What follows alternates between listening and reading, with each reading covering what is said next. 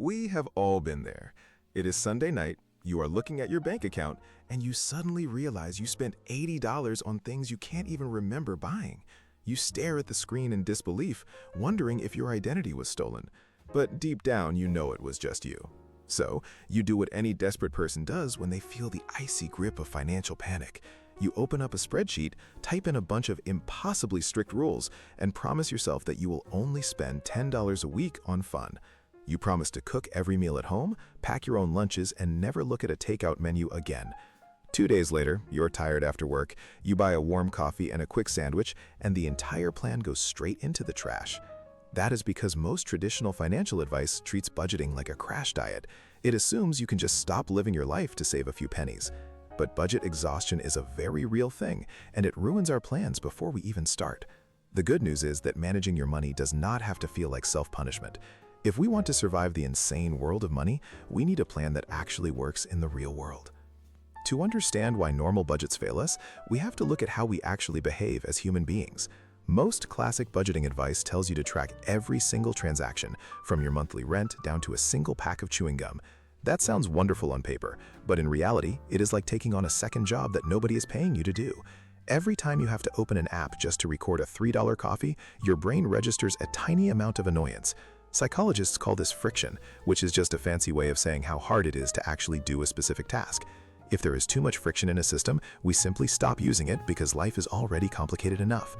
This is why people who build beautiful, color-coded spreadsheets often abandon them within a single month. They are trying to fight basic human nature instead of building a system that works with it. If we want a financial routine that actually lasts, we need to make it so easy that we can do it while we are half asleep. We need to stop acting like cold, logical computers and start acting like the wonderfully lazy humans we actually are. This brings us to a much better strategy that many people call the reverse budget. Instead of tracking where every single dollar went after you spent it, you decide where your money goes before you even see it. The moment your paycheck hits your bank account, you immediately move your savings and your bill money out of sight. You can think of your bank account like a water bucket with a few annoying leaks in the bottom. If you try to keep all the water in the bucket by plugging the holes with your fingers, you are going to get tired and eventually let go. But if you pour the clean water you want to keep into a separate safe container first, it doesn't matter what happens to the leaky bucket. Whatever is left in your main account after your savings and bills are taken out is yours to play with. You don't have to feel guilty about buying nice shoes or going out for dinner because your future self has already been taken care of. This completely removes the daily stress of tracking because you already did the important work at the start of the month. Of course, even the best plans can get completely derailed by the unexpected twists of everyday life. This is where we run into the concept of an emergency fund, which is just a pool of cash you set aside specifically for things you can't predict. We're talking about your car engine suddenly making a terrible clucking noise or your old laptop dying right when you need to finish a project. If you don't have a buffer for these surprises, you'll be forced to put them on a credit card and pay high interest rates. That's how a small emergency of $500 can easily turn into a multi-year debt struggle. Many people think they need thousands of dollars saved immediately to be safe, but starting with just $500 makes a massive difference. Knowing you have a small pile of cash sitting there specifically for life's disasters gives you an incredible amount of mental peace. It transforms a major crisis that ruins your entire month into a minor inconvenience that you can easily handle. Once you have that safety net in place, the rest of your budget becomes infinitely more stable because you are no longer playing financial defense all the time. Now, to make this simple system work, we need to talk about the silent killers of our bank accounts. These are your recurring expenses, or the automatic bills that hit your account every month without you ever thinking about them. We're talking about streaming services you don't watch, gym memberships you don't use, and those software trials you forgot to cancel 3 months ago. It's incredibly easy to lose $50, $100, or even more every single month to services you completely forgot existed.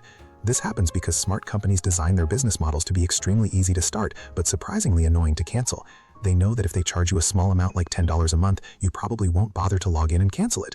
But those small numbers add up over a year, and suddenly you have spent hundreds of dollars on absolutely nothing. A quick audit of your bank statement once every few months can save you a massive amount of money with almost zero effort. It's like finding $20 in your winter coat, except the cash was yours the entire time. A lot of personal finance experts will tell you to cut out your daily coffee if you ever want to buy a house or retire.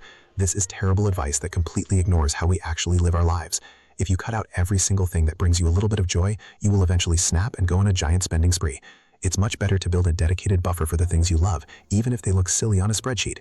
If buying a $5 coffee every single morning makes your difficult workday tolerable, that is a perfectly fine expense as long as you plan for it. The trick is to be absolutely brutal about cutting the things you don't care about, so you can spend generously on the things you do. If you don't care about driving a fancy car, drive an old reliable one and use that extra money to travel instead. Budgeting is not about spending as little money as humanly possible. It's about aligning your hard-earned money with what actually makes you happy, rather than drifting through life letting your money leak away. So how do we actually set this up in the real world without losing our minds? First, you need to look at your average monthly income and subtract your survival costs like rent, utilities, and basic groceries. Next, you decide on a realistic percentage to save, even if it's only $50 a month to start out. You then set up an automatic transfer so that $50 leaves your main account the day after you get paid. This is the golden rule of personal finance because it takes human willpower completely out of the equation. Once that money is gone, whatever is left in your account is your safe to spend balance for the month. If you want to spend every single penny of it on fancy cheese, video games, or concert tickets, you can do that with absolutely zero guilt. You don't need a complicated app, a notebook, or a degree in economics to make this work. You just need a system that does the heavy lifting for you so you can get back to living your life. At the end of the day, money is just a tool to help you live the life you want to live. It shouldn't be a constant source of anxiety that keeps you awake at 3 in the morning wondering how you'll make rent.